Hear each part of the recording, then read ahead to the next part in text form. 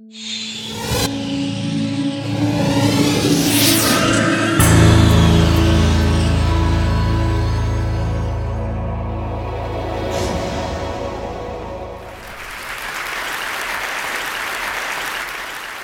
like to talk to you today about the scale of the scientific effort that goes into making the headlines you see in the paper. Headlines that look like this when they have to do with climate change, and headlines that look like this when they have to do with air quality or smog. They're both two branches of the same field of atmospheric science. Recently, the headlines looked like this when the Intergovernmental Panel on Climate Change, or IPCC, put out their report on the state of understanding of the atmospheric system. That report was written by 620 scientists from 40 countries. They wrote almost 1,000 pages on the topic. And all of those pages were reviewed by another 400 plus scientists and reviewers from 113 countries. It's a big community. It's such a big community, in fact, that our annual gathering is the largest scientific meeting in the world. Over 15,000 scientists go to San Francisco every year for that. And every one of those scientists is in a research group, and every research group studies a wide variety of topics. For us at Cambridge, it's as varied as the El Niño oscillation, which affects weather and climate, to the assimilation of satellite data, to emissions from crops that produce biofuels, which is what I happen to study. And in each one of these research areas, of which there are even more, there are PhD students like me, and we study incredibly narrow topics, things as narrow as a few processes or a few molecules.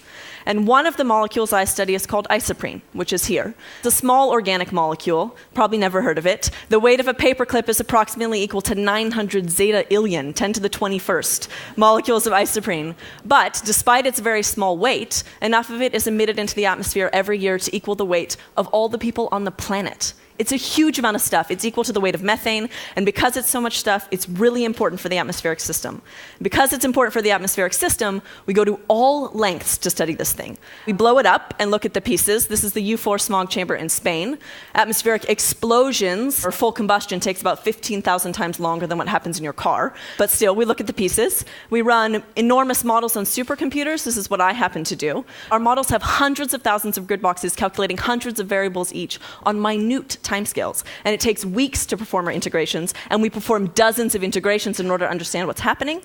We also fly all over the world looking for this thing. I recently joined a field campaign in Malaysia. There are others. We found a global atmospheric watchtower there in the middle of the rainforest and hung hundreds of thousands of dollars worth of scientific equipment off this tower to look for isoprene and, of course, other things while we were there. This is the tower in the middle of the rainforest from above, and this is the tower from below. And on part of that field campaign, we even brought an aircraft with us. And this plane, the model BA-146, which is run by FAM, normally flies 120 to 130 people. So maybe you took a similar aircraft to get here today.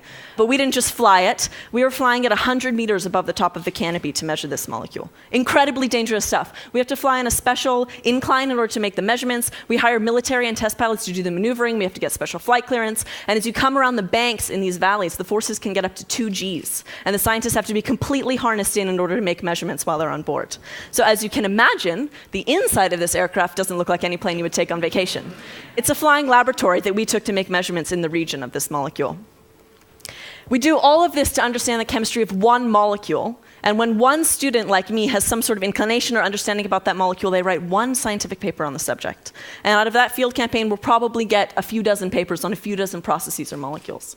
And as a body of knowledge builds up, it will form one subsection or one sub-subsection of an assessment like the IPCC, although we have others. And each one of the 11 chapters of the IPCC has 6 to 10 subsections, so you can imagine the scale of the effort.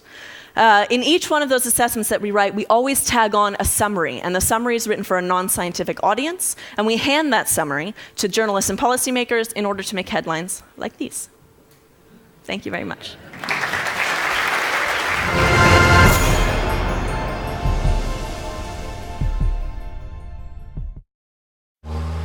Traffic is a global epidemic. US traffic is creating 45% of the world's air pollution.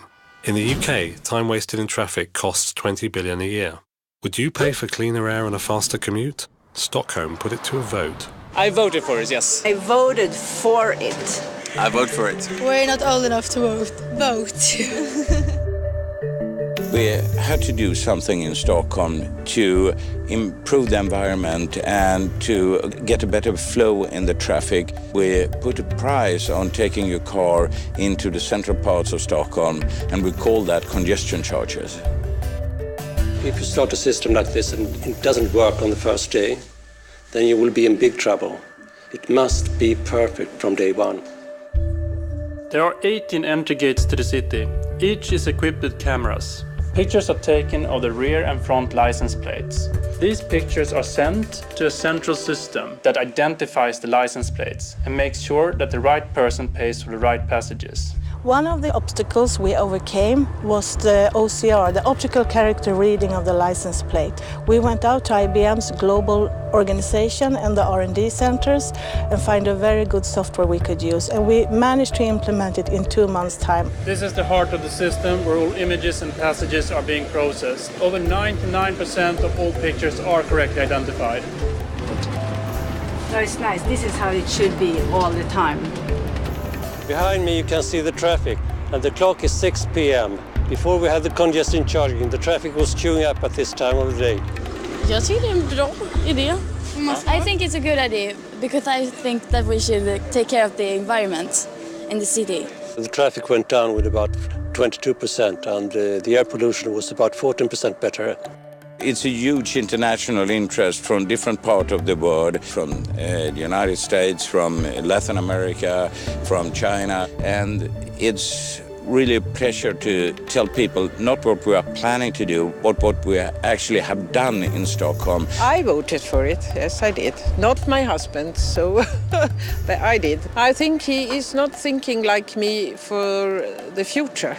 I'm thinking for the children and the grandchildren.